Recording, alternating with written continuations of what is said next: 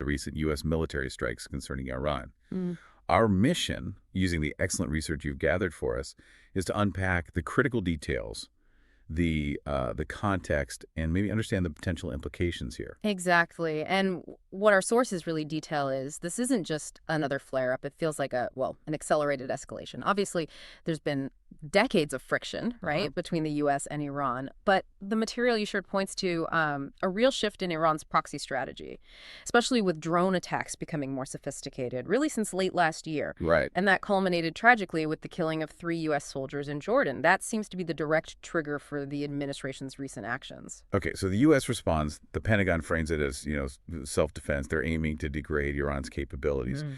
Do the sources give us a sense of how realistic that goal is? Or is it more about sending a strategic signal, maybe? That's a really key question.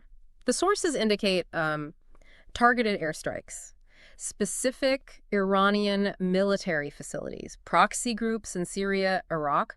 They focused on drone assembly sites, missile launch locations, things identified by intelligence. The stated goal, diminish Iran's ability to threaten U.S. forces. Okay. But Iran's view, as laid out in your materials, is completely different. They're calling these attacks a reckless violation of their sovereignty, and they immediately vowed retaliation, which we're apparently seeing now with strikes being reported inside Iran itself. And it's that disconnect, isn't it, between the stated objectives and what's happening on the ground. Yeah. That's what seems to be fueling global anxiety. What about the ripple effects, economically, diplomatically? Well, the warnings from world leaders, they aren't just talk. They seem rooted in genuine fear about this widening.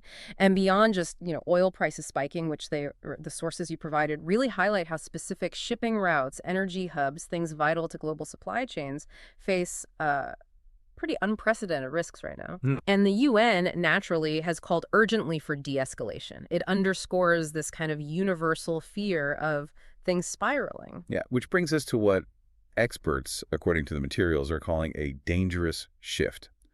Because despite all the history, the U.S. and Iran have mostly avoided direct open conflict, haven't they?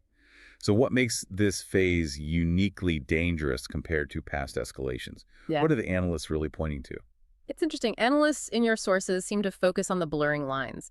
Past conflicts were often more covert. Proxies were involved, but maybe not this overtly. Now, with the direct strikes and counterstrikes becoming much more open, well, the risk of miscalculation just goes way up. It feels less predictable. Exactly. And this isn't happening in isolation either. These tensions are like pouring fuel on other regional fires. You've got the war in Gaza, the Houthi attacks on ships, Hezbollah's threats. It's all interconnected. One analyst actually described it as dancing on a chessboard of land.